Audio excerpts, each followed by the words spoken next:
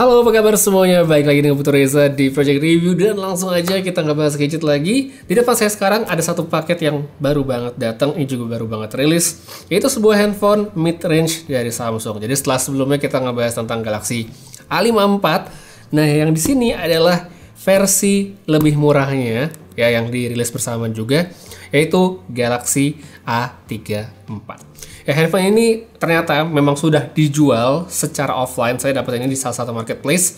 Harganya segini ya, saya beli segini. Jadi kalau kalian mungkin pengen beli, langsung aja saya taruh linknya pada kolom deskripsi di bawah. Ya, langsung aja sekarang kita unboxing dulu. Karena kebetulan kan emang ini paketnya belum dibuka.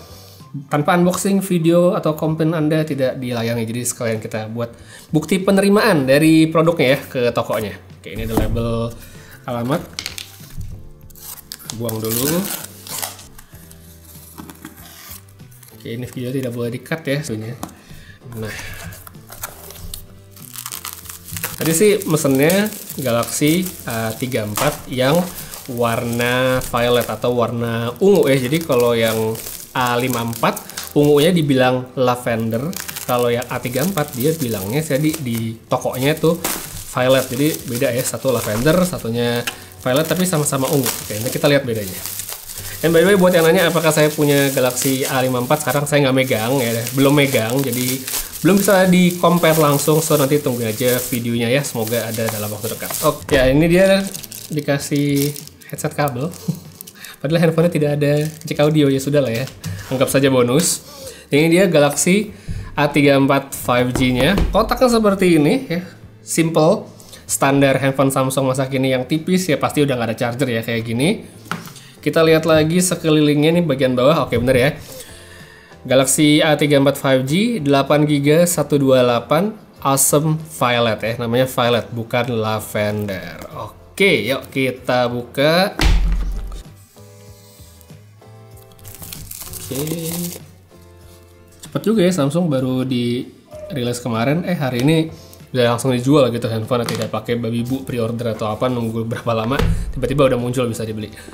Nah, seperti biasa di balik ini tuh pasti ada yang isinya sudah bisa ditebak nih, ada SIM card ejector, ada kabel USB-C pastinya ya untuk ngecas, dan ada user manual, tidak ada apa namanya casing, jadi harus beli sendiri. Habis ini mesti beli juga. Langsung di sini dia Galaxy A34-nya, ada kartu perdana juga. Ini oke. Ini dia highlightnya di depan ditaruh sama mereka, Super AMOLED display, triple kamera 48 megapiksel with OIS, jadi ada OIS-nya. Tapi resolusinya sedikit lebih kecil. Kalau yang A54 kemarin kan dia 50, yang ini 48. Tetap ada IP rating 67, water and dust resistant, dan ini dia warna ungunya ya. Kita geser. Nah, ini dia Galaxy A34 yang warna violet ya, seperti ini. Ungunya ungu banget. Ini ungu banget. Jadi kalau misalnya mau dibandingin sama Galaxy A54 ya, yang kemarin sempat saya cobain, kebetulan waktu itu sama-sama warna ungu, yang warna lavender. Jadi perbedaannya adalah material back covernya. Kalau yang A54 kemarin dia pakai kaca Gorilla Glass untuk bagian belakang. Nah, A34 ini tetap pakai polikarbonat, makanya finishingnya beda. Yang kemarin kan kelihatan kaca glossy, yang ini matte finish ya, seperti ini ya, cukup standar sebenarnya, tapi menurut saya tetap kelihatan keren, cukup mewah juga. Dan desainnya itu dia, desainnya sama ya, seperti A14, S23, sama yang A54 ya sama, desainnya seperti ini ya. Sebagian mungkin bilangnya bagus karena kelihatan premium, sebagian mungkin kelihatan jadi ya bosen gitu karena semuanya sama. Jadi ya balik ke preferensi masing-masing. Nah, sekarang coba kita nyalain, kita lihat mungkin ada fitur-fiturnya atau segala macam. Nanti kita cek untuk chipset ya, untuk sensor dan segala macam. Kita nyalain dulu, jadi saya skip aja, saya setting-setting dulu, jadi langsung aja kita lihat. Oke, jadi kita balik lagi. Sekarang ini Galaxy A34-nya udah saya setup untuk pertama kali, dan bisa langsung lihat ini dia tampilan home screen-nya ya. Bisa mungkin yang lihat bisa diabaikan yang di atas karena ini saya sambil ngerekam pakai screen recorder, jadi biar ada gambarnya. So ini tampilan dari home screen-nya. Out of the box pertama kali kita langsung dapat One UI 5.1 dengan Android 13 yang menurut saya ini bagus banget karena secara software berarti dia tidak tertinggal benar-benar dapat yang terbaru paling tidak untuk saat ini. Jadi kita bisa mengharapkan untuk dapat update lagi ke depannya. Secara umum sebenarnya tampilan antar mukanya nggak terlalu beda ya sama handphone Samsung pada umumnya. Kayak gini, dan untuk app drawer juga seperti ini nih, masih ada beberapa aplikasi yang belum saya install. Dan buat yang mungkin penasaran dengan angka Antutu yang didapatkan dari handphone ini, langsung aja kita lihat. Ini dia adalah angka yang didapatkan oleh Samsung Galaxy A34 5G, dapat di angka 470 ribuan. Ini untuk tes yang saya lakukan sekarang ya, barusan gitu saya lakukan. Nanti mungkin saya bakal tes lagi, kita lihat ada perubahan atau enggak. Tapi untuk sekarang dia dapat angka segini. Untuk specs yang ditenagai dengan chipset MediaTek Dimensity 1080, RAM-nya 8GB.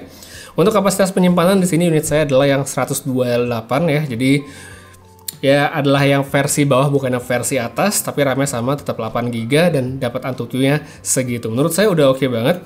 Habis itu saya juga waktu itu sempat baca ada yang komen, "Bang, kenapa sekarang orang udah banyak yang ngelewatin soal sensor?" Oke. Ya ini kan dulu setiap handphone kayaknya mesti tunjukin gitu sensornya apa. Jadi mumpung sekarang saya inget, jadi saya tunjukin. Jadi sensor dari Galaxy A34 5G ini ya bisa dibilang sebenarnya sudah cukup lengkap ya. Kecuali temperatur sama pressure sensor semuanya ada, nggak ada masalah sama sekali. Kemudian apalagi ya, mungkin ini sih soal chipset tadi sedikit kita balik. Waktu itu sempat ada yang ngelihat bahwa Samsung Indonesia di Tokopedia mereka mencantumkan bahwa handphone ini menggunakan Dimensity 920 Plus, yang mana ternyata itu tidak benar gitu ya. Jadi mungkin kayak lagi typo, kopas dari mana atau gimana. Karena saya coba di sini di aplikasi kayak AIDA 64 muncullah Dimensity 1080. Terus saya coba di aplikasi lain seperti Device Info. Ya di sini pokoknya dia juga muncul sebagai Dimensity 1080. Jadi ya udah nggak usah dipusingin lagi dia pakai 1080 atau dia pakai 920. Jawabannya udah jelas kalau di sini dia menggunakan MediaTek Dimensity 1080 ya, 8 core seperti yang bisa dilihat sekarang. Kemudian sedikit buat layar, ini kita bisa lihat tampilannya. Dari segi ukuran kalau menurut saya oke, dia nggak terlalu kecil ya, dan menurut saya juga tidak terlalu besar.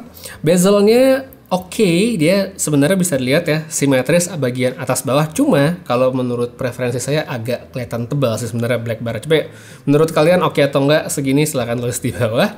Terus untuk bentuk notch-nya, kalau misal saya bisa disuruh pilih antara punch hole sama water drop, saya akan pilih punch hole karena kelihatan paling tidak sedikit lebih modern. Sedangkan yang model kayak gini tuh agak terlihat lebih jadul, cuman ya gitu, balik lagi ke preferensi.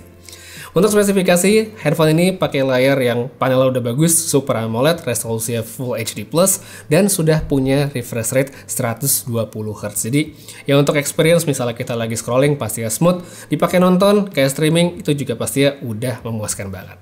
Satu lagi sekarang kita masuk ke bagian yang juga pastinya ditunggu-tunggu, tidak lain adalah kameranya. Jadi kan bisa lihat di bagian belakang sini dia pakai 3 kamera dengan setup seperti berikut ya. Ini adalah setup dari Galaxy A34 yang 5G, nggak ada yang 4G juga sih ya. Terus kita masuk ke bagian setting kameranya. Sebenarnya secara antar muka ya ini Samsung banget seperti ini, tidak ada yang benar-benar berbeda. Untuk mode yang disediakan juga sebenarnya ya familiar, tapi ya tetap cukup lengkap ya. Ada Pro Video, ada Single Take, ada Night Mode, Makro, Super Slow Mo lengkap di sini.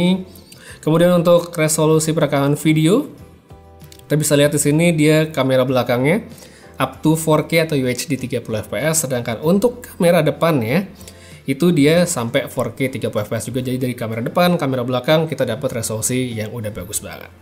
Itu dia untuk settingan serta konfigurasi kamera. Sedikit untuk sampel foto berikut adalah yang bakal saya ambil atau udah sempat saya ambil menggunakan Galaxy A34 5G.